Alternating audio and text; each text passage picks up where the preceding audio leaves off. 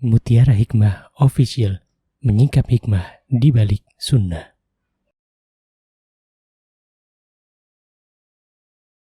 Salurkan donasi terbaik Anda untuk mendukung dakwah Mutiara Hikmah Official.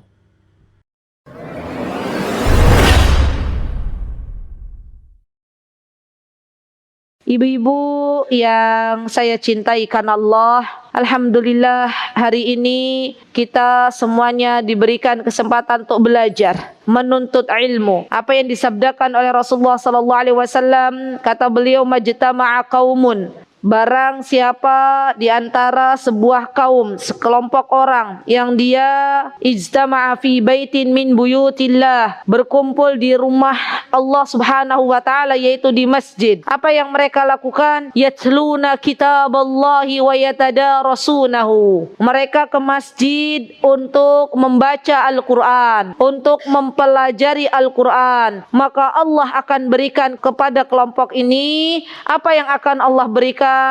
Wa ghasyiyatuhumur rahmah, Allah akan berikan ketenangan jiwa. Wa haffathumul malaikah, dan malaikat duduk mengelilingi orang-orang yang sedang belajar membaca Al-Qur'an, belajar ilmu agama di masjidnya Allah Subhanahu wa taala. Dan Allah sebut-sebut namanya di antara hamba-hamba Allah yang ada di langit sana. Subhanallah. Jadi sekarang yang datang ke sini adalah hamba-hamba pilihan Allah Subhanahu wa taala. Kemudian saya diberikan amanah untuk mengisi kajian sore hari ini. Insyaallah tema yang akan kita ambil pada kajian sore hari ini adalah berkahnya Al-Qur'an. Ibu-ibu yang dimuliakan oleh Allah, kalau kita menilik kata barakah atau kata berkah dalam bahasa Arab, berarti barakah itu artinya bertambah, bertambahnya kebaikan, yang mana kebaikan itu akan memudahkan kita untuk mentaati Allah Subhanahu wa taala. Dan di dalam Al-Qur'an ada banyak keberkahan. Allah Subhanahu wa taala berfirman dalam surat Shad, a'udzu billahi minasyaitonir rajim, kitabun anzalnahu ilaika liyadabbaru ayatihi, kitabun anzalnahu mubarak. Kata Allah Subhanahu wa taala, Al-Qur'an ini diturunkan oleh Allah Subhanahu wa taala kepada Nabi kita Muhammad sallallahu alaihi wasallam dalam keadaan membawa barakah.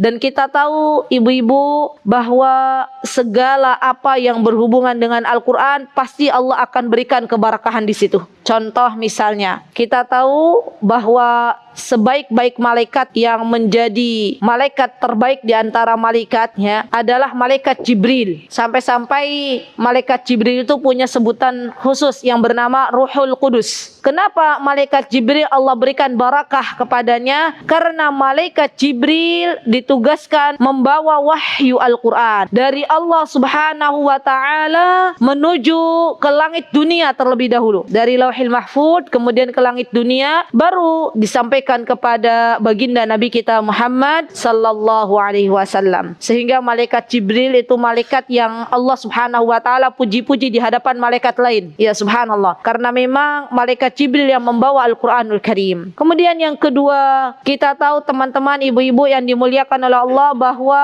di dalam malam bulan Ramadan ada satu malam yang Allah berikan keberkahan di dalamnya. Barang siapa yang dia salat, yang dia membaca Al-Qur'an, yang dia bersedekah di dalamnya, Allah tambahkan lagi pahala berlipat ganda. Kira-kira malam itu namanya malam apa, Bu? Lailatul Qadar. Para ulama mengatakan bahwa Lailatul Qadar itu adalah malam di mana Allah Subhanahu wa taala menurunkan Al-Qur'an. Subhanallah. Sehingga Allah berikan keberkahan di dalamnya. Allah jadikan siapapun yang salat di dalam malam Lailatul Qadar, Allah jadikan pahalanya berlipat menjadi lebih dari 1000 kali lipat. Subhanallah. Dan kita tahu kota Makkah adalah kota yang Allah berikan keberkahan. Ibu, kalau kita lihat dalam sejarah, kota Mekah itu zaman dahulu kala adalah kota yang sangat-sangat tandus. Kota di mana di sana hanya sebuah lembah yang dihimpit oleh gunung-gunung batu. Siapa di sini yang pernah ke Mekah? Ada? Alhamdulillah. Ya, semoga yang belum ke kota Makkah Allah berikan kemudahan untuk ke sana. Amin. Allahumma amin. Kalau ibu-ibu lihat di sana, subhanallah, tidak sesubur negeri tercinta Indonesia Raya. Kalau di sini kita lihat hijau-hijauan tuh banyak, di sana subhanallah, kanan kita lihat gunung, depan gunung, belakang gunung, samping gunung. Sampai karena nggak ada jalan untuk ke arah Masjidil Haram, pemerintah setempat membuat terowongan-terowongan dari gunung yang dipapras, dibuat jalan. Subhanallah, terowongan-terowongan itu karena kepentok nggak ada jalan. Subhanallah. Tapi ternyata ibu-ibu yang dimuliakan oleh Allah, Allah jadikan istri Nabi Ibrahim, yaitu siapa? Istrinya Nabi Ibrahim? Ayo, siapa Bu? Siti Hajar. Kalau ibu tuh di sini bilangnya Siti Hajar. Padahal kalau orang Arab bukan Siti Hajar tapi Hajur. Jadi kalau ibu di sini bilangnya Hajar, sana Hajur ya. Oke. Dari orang Indonesia itu masya Allah, saya tidak tahu siapa yang pertama kali mengatakan Siti Hajar, jadi sampai kita pun jadi Siti Hajar. Baik, tidak apa-apa ya. Mau Siti Hajar, mau Hajur, yang penting itu istrinya Nabi Ibrahim. Kalau Nabi Ibrahim punya berapa istri Bu? 2. Ya, yang satu lagi siapa namanya? Sarah. Ya, Siti kalau orang Indonesia bilang Siti Sarah gitu ya. Nggak apa-apa. Karena memang kan kita adanya cuman R ya. Nggak ada ro ya. Baik. Nah, istrinya Nabi Ibrahim yaitu Siti Hajar atau Hajur, zaman dahulu kala Bu, subhanallah, beliau adalah seorang istri yang penurut sekali. Manut, bahasanya apa? Manut, derek, taat kepada Allah dan suaminya. Bisa dibayangkan dulu Bu, kota Mekah adalah kota yang tidak ada penghuninya. Ya, dulu.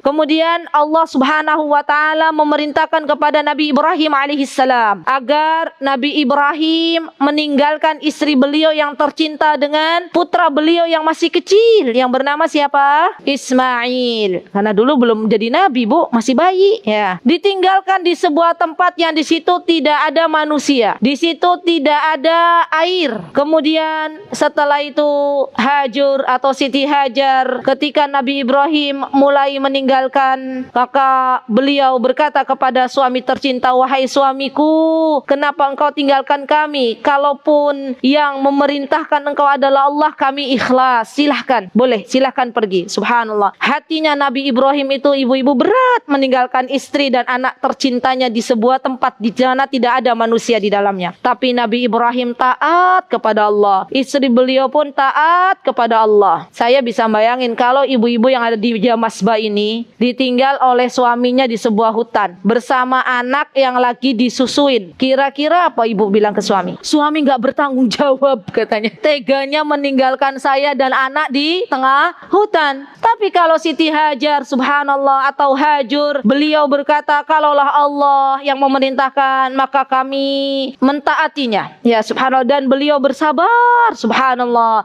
Ditinggal oleh Ibrahim alaihissalam, oleh Nabi Ibrahim, dan kemudian setelah itu anaknya menangis, maka Hajur atau Siti Hajar pun lari, di mana lari beliau saat ini telah dipakai oleh orang-orang yang umrah atau haji dengan sa'i, yaitu lari dari Safa dan sampai Marwah. Lari 7 kali baru kemudian Allah pancarkan air yang bernama apa? Zam-zam. Subhanallah. Zam-zam itu maksudnya adalah kumpul. Ayo airnya kumpul.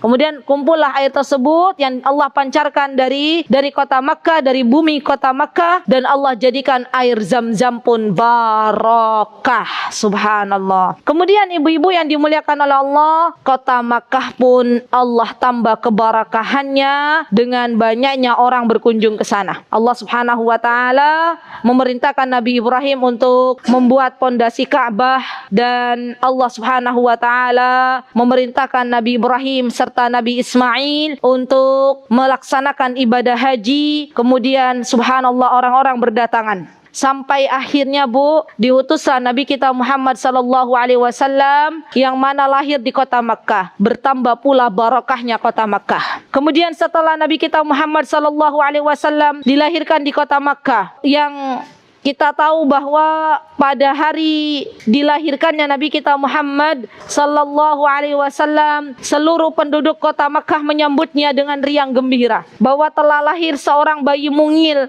dari Bani Hashim, yaitu Muhammad, ya, Jadi dulu panggilannya ada yang mengatakan Muhammad, ada yang mengatakan Ahmad. Subhanallah, setelah itu teman-teman, ibu-ibu, kemudian Allah berikan keberkahannya lagi di kota Makkah. Kira-kira apa barakahnya? Allah turunkan Al-Quranul Karim di kota Makkah. Maka kota Makkah adalah kota yang Allah jadikan sebaik-baik tempat di muka bumi ini. Allahu Akbar. Kemudian ibu-ibu yang dimuliakan oleh Allah Subhanahu wa taala, begitu pula Al-Quran akan memberikan keberkahannya bagi siapapun yang membacanya. Allah Azza wa Jalla akan menjadikan waktu seorang hamba ketika membaca Al-Quran itu barakah. Bu, saya mau tanya, ibu-ibu kalau pagi hari bangun, apa yang ibu-ibu lakukan? Bangun, terus kamar mandi, setelah itu wudu, salat malam, begitu ya. Baca Al-Quran apa mboten?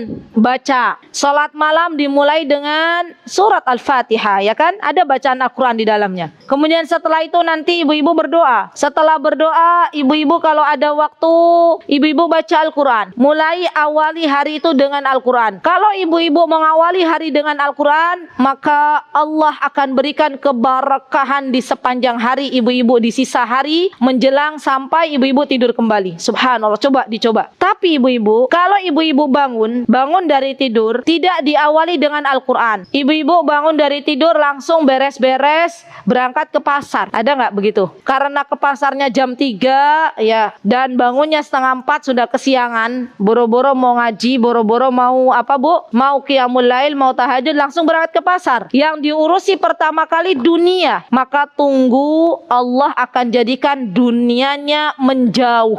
Ya, dunia dikejar tapi nggak dapat. Tapi kalau kita bangun tidur, yang kita prioritaskan adalah Al-Quran, yang kita prioritaskan adalah Allah, maka Allah akan satukan dunia yang terpisah-pisah itu di depan matanya. Subhanallah. Dan rasakan kelezatan Allah berikan keberkahan dalam waktu kita. Bu, kalau secara kasat mata orang baca Al-Quran itu waktunya berkurang atau bertambah? Ibu baca Al-Quran ini setengah jam, itu kira-kira waktunya berkurang apa bertambah?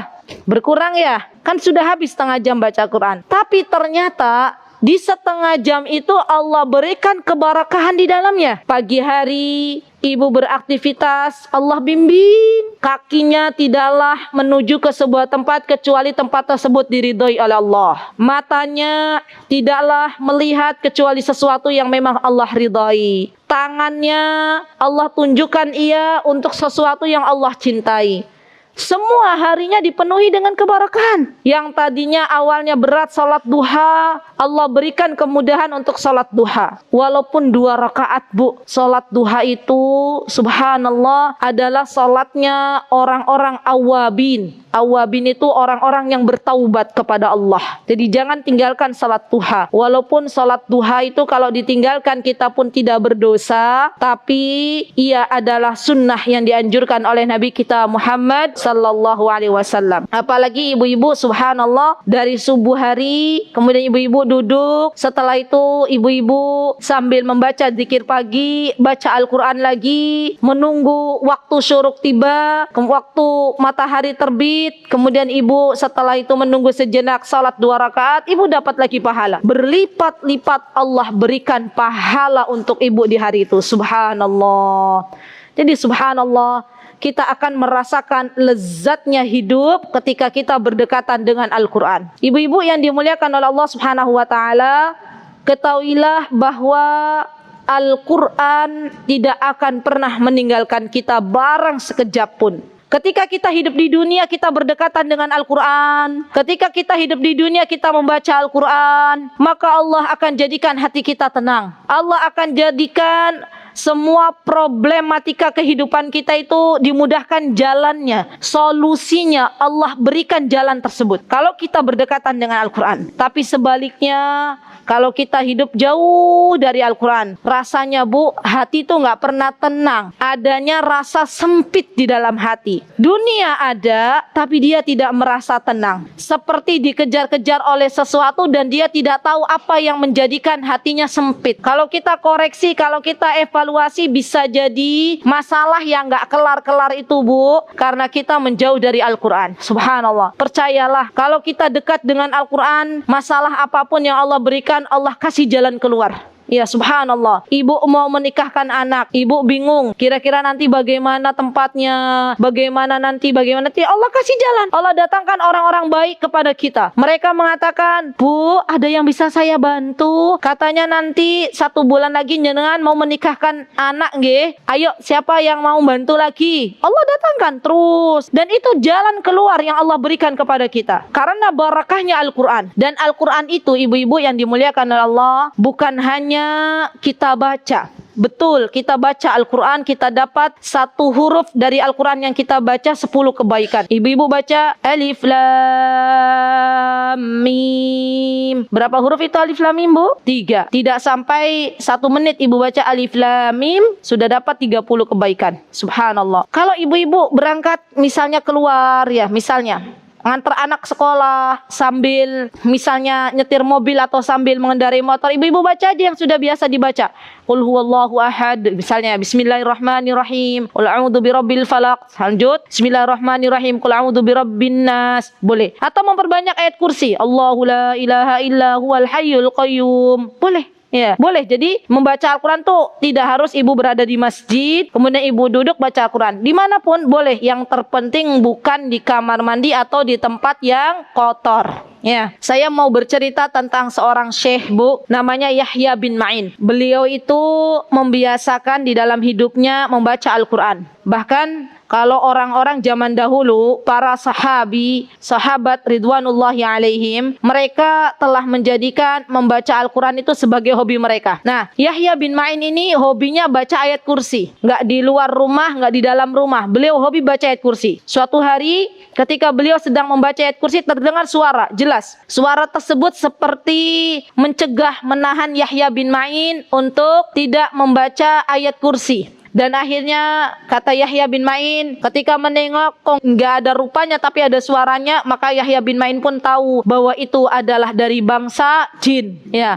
Dan Yahya bin Ma'in pun mengatakan, wahai jin, jikalau engkau tidak betah di sini di rumahku dan terusik, maka pergilah dari rumahku. Karena memang ibu-ibu, karena ayat kursi itu bagian dari surah Al-Baqarah. Dan Rasulullah SAW mengatakan, barang siapa di sebuah rumah yang dibacakan surah Al-Baqarah, maka syaitan jin-jin yang ada di rumah tersebut minggat, yang nggak betah di rumah itu. Jadi sebenarnya kalau misalnya ibu-ibu di rumah itu ada yang mengganggu, ya tidak usah mendatangkan para peruqyah. Baca aja ibu Al-Quran, ya, terutama surah Al-Baqarah. Kalau ibu setiap hari baca surah Al-Baqarah, pertama, syaitan akan minggat dari rumah ibu. Kedua, nanti di akhirat, Bu, siapapun yang biasa membaca surah Al-Baqarah di dunia ini, maka surah Al-Baqarah dan surah Al-Imran akan datang kepada ibu-ibu berbentuk seperti awan, menaungi para sahibnya, para pembacanya yang mana di dunia sering membaca surah Al-Baqarah dan Al-Imran. Subhanallah. Siapa di sini yang suka baca surah Al-Baqarah? Acungkan tangan. Masya Allah. Tapi masalahnya, Bu, nih masalahnya. Kalau ibu terbiasanya baca 3 qul huwallahu ahad, qul a'udzu birabbil falaq, qul a'udzu birabbin nas, terus baca Al-Baqarah rasanya enggak sampai-sampai. Ya enggak? Begitu ya pertamanya ya. Ini kok banyak banget. Juz 1 udah lewat, juz 2 sudah lewat gitu ya. Juz 3 ibu baru mulai, kok masih Al-Baqarah ya. Subhanallah. Sehingga di situ kita diuji kesabarannya oleh Allah Subhanahu wa taala. Karena memang subhanallah surah Al-Baqarah ini banyak fadilahnya, banyak keutamaannya. Surah Al-Baqarah tidak meninggalkan kita sampai nanti kita di akhirat. Surah Al-Baqarah akan menaungi bagi siapapun yang membacanya. Ya, subhanallah. Dan subhanallah ibu-ibu yang dimuliakan Allah, kalau ibu-ibu sudah terbiasa membaca surah Al-Baqarah, ditambah lagi baca surah Al-Imran. Ya, baca surah Al-Imran. Berarti surah Al-Imran ini surat yang keberapa, Bu? Ini gimana? Ada yang 2, ada yang 3. Yang betul mana? 3. Karena Al-Fatihah yang pertama. Al-Imran, insya Allah bagi siapa yang sudah terbiasa membaca surah Al-Baqarah, maka baca surah Al-Imran lebih ringan lagi. Ya subhanallah. Dan siapapun yang dia membaca Al-Quran, ia akan dapat barakahnya dari Al-Quran. Setelah kita membaca Al-Quran, apa yang mesti kita lakukan? Yang mesti kita lakukan agar Al-Quran memberikan barakah untuk kehidupan kita adalah mentadaburinya, ya, mengerti maknanya, belajar tafsirnya, ya, itu yang paling penting.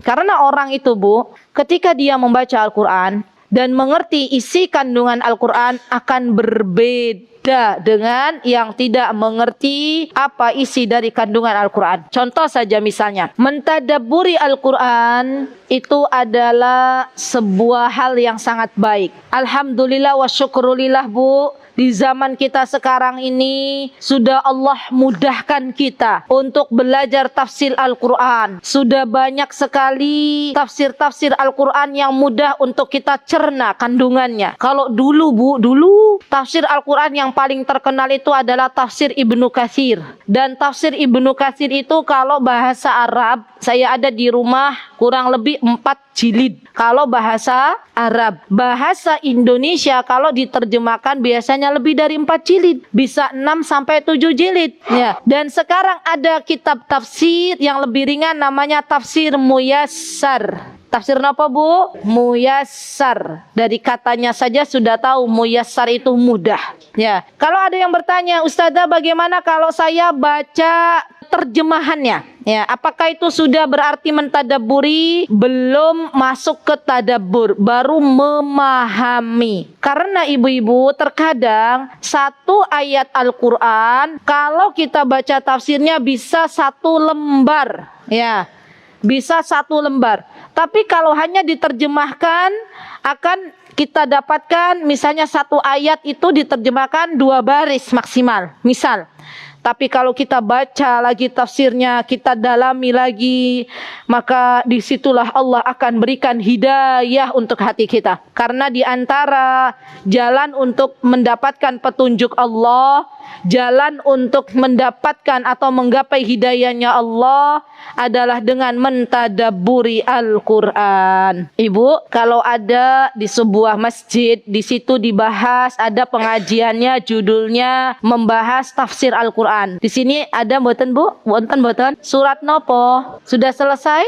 Saniki pun juz pinten? Dilompat-lompat. Coba mulai dari juz amma. Ya, juz amma, nanti setelah itu baru juz 29. Pelan-pelan mboten nopo-nopo, yang penting kelakon dan diamalkan. Karena para sahabat zaman dahulu kala, Bu, mereka tidak berganti hafalan mereka, bacaan Al-Quran mereka sampai mereka benar-benar memahami isi kandungan Al-Quran tersebut. 10 ayat mereka benar-benar mentadabburinya, benar-benar mempelajari tafsirnya. Kira-kira apa makna kandungan ayat ini? Baru setelah itu mereka amalkan. Nah, ini yang ketiga, setelah membaca, mentadabburi agar Al-Quran Allah berikan keberkahan kepada kita adalah mengamalkannya. Subhanallah, terkadang, Bu, ketika kita diberikan kemudahan oleh Allah untuk bisa mengamalkan Al-Quran, maka kita bersyukur kepada Allah Subhanahu wa Ta'ala. Karena tidaklah Al-Quran di dalamnya kecuali berisi firman-firman ya Allah Subhanahu wa Ta'ala. Tidaklah kita mengamalkan Al-Quran kecuali kebahagiaan hidup yang akan kita dapatkan. Tidaklah seseorang mengamalkan hadis-hadis sahih Nabi kita Muhammad SAW kecuali ia akan mendapatkan kemudahan-kemudahan dalam hidup. Semakin kita menjauh dari tuntunan agama ini, maka semakin rumit hidup ini, Bu. Semakin kita mendekat, semakin kita belajar isi Al-Quran, semakin kita belajar apa isi hadis-hadis sahih, maka disitulah kemudahan akan kita raih dari Allah Subhanahu wa Ta'ala. Baik, setelah kita tahu bahwa Al-Quran itu adalah sesuatu yang akan memberikan keberkahan kepada kita, juga Al-Quran adalah kitab suci yang telah Allah mudahkan. Allah Subhanahu wa Ta'ala berfirman, A'udzu billahi minasyaitonir rajim, wa laqad yassarnal Qur'ana lidzikr. Allah Azza wa Jalla yang telah memudahkan Al-Quran Al-Quran untuk kita mengingat Allah Subhanahu wa Ta'ala. Kalau ibu sudah baca, ibu sudah tadabburi maknanya, ibu sudah amalkan isinya, maka yang keempat, agar Al-Quran memberikan keberkahan kepada kita, yakni dihafalkan. Ada nggak di sini komunitas yang bareng-bareng hafal Quran? Wonten Bu? Masya Allah. Juz pinten Bu? Juz 30. Mboten napa-napa niko. Amayata salun sampun. Oke, sekarang sudah sampai mana? Masya Allah. Semoga Allah berikan keberkahan. Amin. Masya Allah. Nah, itu dia peluang kebaikan. Ya, gabung Bu. Kenapa kita itu harus menghafal Al-Quran? Karena besok orang-orang yang di dunia dia membaca Al-Quran, ia mengamalkan Al-Quran, mentadabburi Al-Quran, menghafalkan Al-Quran. Subhanallah, besok Bu, Al-Quran akan memberikan syafaat kepadanya. Bahkan bukan hanya memberikan syafaat, tapi orang-orang yang dia mahir membaca Al-Quran dan dia menghafalkan Al-Quran, besok Al-Quran akan Allah muliakan. Siapapun yang membaca Al-Quran, mengamalkan, mentadabburi serta menghafalkan Al-Quran, besok Allah akan panggil ia dan Allah akan katakan, Iqra, bacalah Al-Quran, warattil, bacalah dengan tartil sebagaimana engkau telah mentartilkan bacaanmu di dunia. Kemudian ibu ini baca, misalnya ibu yang dari Jamasbah baca, Ya Rob, saya punya hafalan Al-Quran, amma yatasa'alun. Baca amma yatasa'alun. Ibu-ibu baca, A'udzu billahi minasyaitonir rajim. Bismillahirrahmanirrahim. Amma yatasa'alun. Kata Allah, naik ke tingkat surga. Terus ibu baca, Anin naba'il azim. Naik lagi. Sampai terus ibu baca hafalan paling akhir, disitulah tempat tinggal ibu nanti di surga. Subhanallah. Jadi Bu, yang namanya menghafal Al-Quran itu punya banyak keutamaan. Bagi siapapun dari ibu-ibu yang mungkin diuji oleh Allah menghafal Al-Quran, 2 baris saja nggak hafal-hafal, Napa Bu kuncinya Bu? Nggih. Ya Allah Ustazah, anakku ya ngafalin Al-Quran setengah halaman, cepetnya kayak jalan tol. Kita ngafalin Al-Quran, 1 ayat dihafal, masuk ke ayat kedua, ayat pertama lepas. Ada nggak yang begitu? Oh kan ibu-ibu kan? Ada ya. Jadi bagaimana? Ya terus kita baca. Ada satu metode ibu-ibu kalau untuk pengen menghafal Al-Quran. Saya kemarin mengundang seorang ustazah dari Madinah. Beliau tinggal di Jeddah ya, dan beliau sudah 30 tahun di sana. Pas lagi pulang ke Indonesia kami panggil. Ya waktu itu saya lupa kasih undangan ke ibu-ibu ya. Ya sudah ya, enggak apa-apa ya. Di bulan tepatnya baru kemarin bulan Agustus awal itu. Nah, kita panggil beliau untuk menjelaskan kepada kita warga Yogyakarta dan sekitarnya tentang metode namanya metode tikror. Pernah dengar enggak? Metode tikror ini adalah metode yang telah dibuat oleh Masjid Nabawi. Ya, jadi kurikulumnya Masjid Nabawi. Dan bagus sekali metodenya, Masya Allah. Kemarin kita adakan di Hotel Espak. Ibu tahu nggak Hotel Espak? Nggak tahu? Daerah Seturan. Depannya itu ada ruang untuk perkumpulan. Nah di situ kita adakan. Dan itu bagus. Kenapa kok bisa dikatakan bagus? Karena kita itu membaca namanya tikror itu pengulangan. Jadi kita baca ayat yang akan kita baca itu minimal 20 kali. 20 kali. Diulang terus 20 kali. Kalau bisa sampai 40 kali. Masalahnya kita sabar no pembuatan. Itu baru 5 kali. Amma yatasa'alun. Anaknya bilang bu gitu ya. Baru 2 udah bubrah gitu ya. Jadi namanya menghafal Al-Quran tuh butuh kesabaran. Dan di situ dijelaskan kalau kita sudah memakai metode namanya tikror, maka hilangnya itu lama Bu. Ya, seperti kita membaca surah Al-Fatihah. Subhanallah. Insya Allah saya akan menjelaskan metode tikror ini dengan berbahasa Indonesia yang tercinta di masjid namanya Masjid Al-Hidayah di daerah Purwosari, masih Yogyakarta. Ya, Jalan Kaliurang. Jadi Monggo kami undang ibu-ibu di Masjid Al-Hidayah Purwosari pukul 8:30. Insya Allah kita mulai metode tikror. Ya insya Allah. Ya, saya bukan promosi, itu bukan kajian saya, itu kajian komunitas Ummahat Yogyakarta KUY.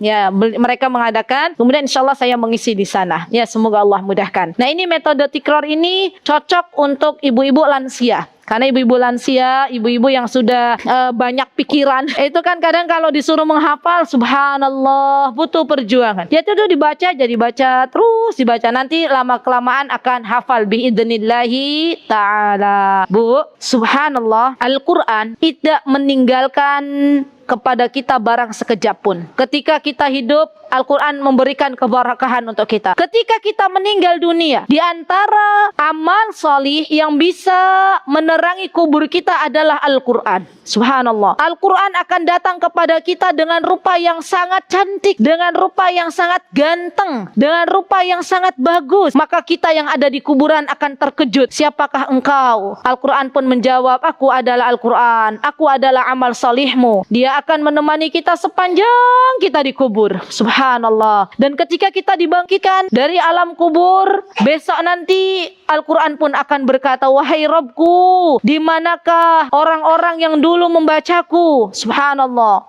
Al-Quran datang, ya'ti yaumal qiyamati syafi'an lah. Akan Allah izinkan Al-Quran untuk memberikan syafaat kepada siapapun yang membaca, mengamalkan, mentadaburi serta menghafalnya. Allahu Akbar. Dan ibu-ibu yang dimuliakan oleh Allah, besok ketika kita bangun dari kubur, kita dalam keadaan semua kita mencari syafaat, mencari perantara yang bisa mengantarkan kita ke surganya Allah Subhanahu wa taala. Dan di antara yang Allah izinkan untuk bisa memberikan syafaat adalah Rasulullah sallallahu alaihi wasallam. Di antara amal soleh yang Allah izinkan untuk memberikan syafaat adalah Al-Quran. Di antara amal soleh yang Allah izinkan untuk memberikan syafaat adalah puasa. Jadi orang yang rajin puasa, besok puasa juga akan bisa memberikan syafaat di hari kiamat kelak dengan izin Allah Subhanahu wa taala. Maka yuk kita persiapkan diri kita masing-masing dengan amal solih apakah yang akan kita bawa nanti sepeninggal kita dari dunia ini. Dan jangan pernah lengah dengan kehidupan dunia ini, karena kita yang hidup pasti akan menemui kematian, pasti akan menemui ajal. Hidup di dunia tujuan utamanya adalah untuk berbekal di mana hari setelah dunia ini ada perjalanan yang sangat panjang, yaitu perjalanan akhirat, kampung halaman kita. Siapapun yang ia berbekal di dunia, maka ia akan selamat. Siapapun yang ia tidak berbekal, maka di sanalah ujian-ujian akan menghimpitnya. Kita berdoa kepada Allah Azza wa Jalla di sore hari yang mulia ini. Allahumma inna nas'aluka bi asma'ikal husna wa sifatikal ula an taj'alal qur'ana syafi'an lana yawmal qiyamah. Allahumma ya Rabbana ij'alil qur'ana hujjatan lana la alaina. Allahumma ya Rabbana ij'alil qur'ana rabi'a qulubina wa dhahaba ghumumina wa humumina. Allahumma inna nas'alukal jannatil firdausil a'la wa ma qarraba ilaiha min qawlin aw amalin wa na'udzu bika minan nar wa ma qarraba ilaiha min qawlin aw amalin. Allahumma inna nas'aluka bi asma'ikal husna wa sifatikal ula an taj'alal akhirah ghayatuna. Allahumma la taj'alid dunya akbar hammina wa la mablagha ilmina wa la tusallit alaina man la yarhamuna. Rabbana la tuzigh qulubana ba'da idh hadaitana wa hab lana min ladunka rahmah innaka antal wahhab. Rabbana taqabbal minna innaka antas samiul alim wa tub alaina innaka antat tawwabur rahim. Wa akhiru da'wana anil hamdulillahi rabbil alamin. Wassalamualaikum warahmatullahi wabarakatuh. Mutiara Hikmah Official, menyingkap hikmah di balik sunnah.